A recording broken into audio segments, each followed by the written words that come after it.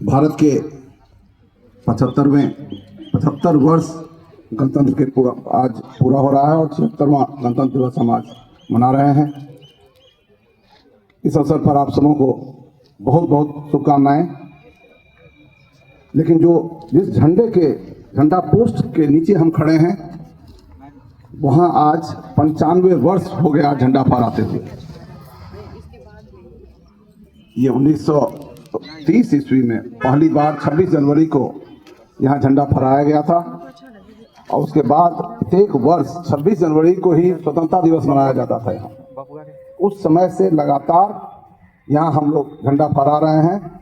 अब जल्दी ही उसकी एक सदी पूरी होने जा रही है। यही वो जगह है जहाँ 1932 ईस्वी में सुप्रीटेंडेंट ऑफ पुलिस थे, वो आकर यहाँ पर झंडा उन्होंने फाड़ दिया था और राजन बाबू वगैरह को यहाँ से गिरफ्तार करके वो ले गए थे। उस समय में सबने अवज्ञा आंदोलन चल रहा था। उस समय भी यहाँ पर झंडा फहराने के लिए आपको जानकर आश्चर्य होगा कि करीब 6000 लोगों ने इसके लिए गिरफ्तारियां दी थी। प्रत्येक दिन 100-200 आदमी यहाँ गिरफ्तार होते थे। इसकी कहानी जरूर लोगों को जाननी चाहिए। और जिस झंडा पोस्ट के नीचे आप खड़े हैं उसका महत्व इतना था कि इसको झंडा चौक के नाम से ही जाना जाता था। ये इतिहास में सबसे पुराना झंडा पोस्ट जो भारत का है उसमें से एक है ये कि हम लोग लगातार झंडा फहरा रहे हैं।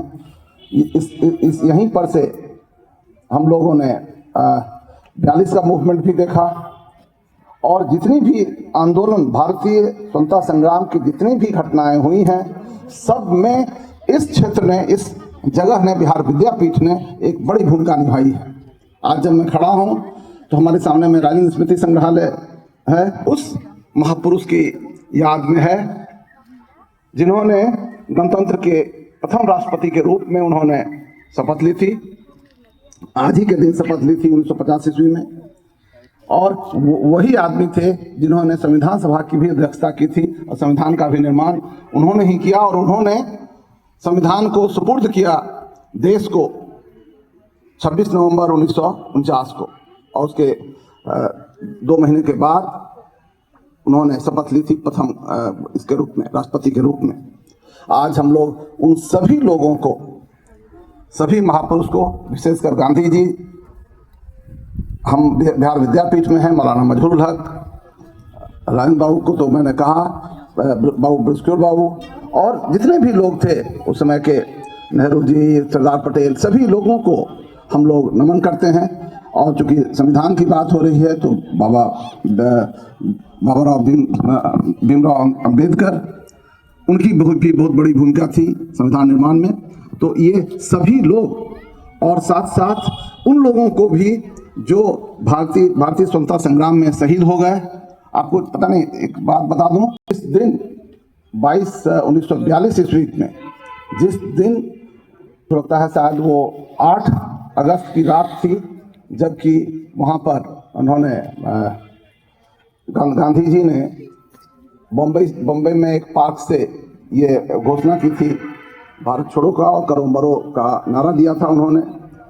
उसी दिन, दूसरे दिन यहाँ से राजन बाबू गिरफ्तार हो गए थे। गांधी जी भी गिरफ्तार हुए थे।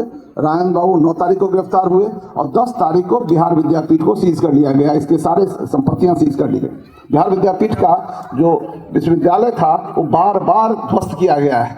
1932 में पहली बार, 42 में दूसरी बार, फिर बाद में इसमें जो ये आया, बाढ़ आया 75 में, उसमें फिर कांग्रेस सेवा दल वालों ने भी यहाँ पर 1984-85 के आसपास इसको कब्जा कर लिया था। ये बार बार लोग प्रयास करते रहे हैं कि बिहार विद्यापीठ को की जो ये परंपरा है, बिहार विद्यापीठ का जो इतिहास है, उसको धूमिल किया जाए। लेकिन बिहार विद्यापीठ में भी की धरती में भी कुछ ऐसा है कि वो बार बार फिर से उपजता है और फिर से अपनी पहचान बनाने का प्रयास करता है।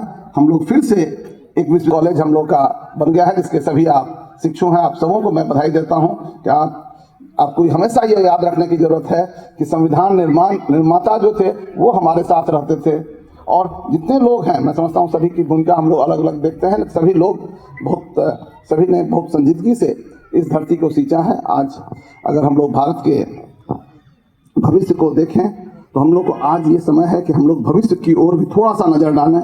75 वर्ष करीब हम लोग के पूरे हो रहे हैं। अभी इसको अमृत काल कहा गया कि इसके बाद से जो 25 वर्ष होगा वो भारत के लिए प्रगति का वर्ष होगा, अमृत का वर्ष होगा। और 1947 तक हम लोग एक विकसित भारत बना लेंगे।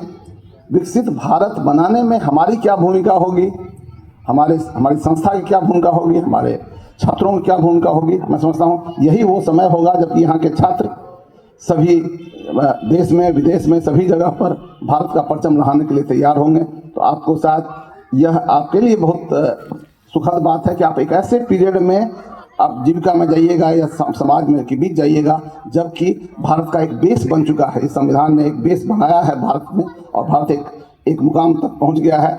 अभी तक हम लोग हमारी जो आर्थिक स्थिति है बहुत ही अच्छी हो गई है और हम लोग चाहते हैं कि तीसरा स्थान हम लोगों को मिल जाए। तीसरे स्थान पर हम लोग 1947 तक 20 से निभाने के लिए तैयार रहेंगे, बिहार विद्यापीठ के रूप में भी। और जो हमारी समस्याएं हैं उसका निराकरण करने के लिए भी कई समस्याएं हैं। मैं समझता हूँ इस समस्या के निराकरण के लिए हम लोगों ने विद्यापीठ में और भी पहल बहुत सारी की है। मैं एक पहल की ओर आपका ध्यान आकृष्ट करूँगा। ये जो हम लोगों के यहाँ अटल इंक्यूबेशन सेंटर बना है नीति आयोग की तरफ से, जो एंटरप्रेन्योर को प्रमोट करने के लिए है, जहाँ की 4 लेबोरेटरी भी बनी है पैकेजिंग पर, फूड प्रोसेसिंग पर। ये सभी लैब और इंटरप्रेन्योर से यह इसलिए बना है कि ये जो 25 वर्ष होगा हमारा, ये मूलतः ध्यान रखिएगा स्टार्टअप और इंटरप्रेन्योर्स के लिए होगा।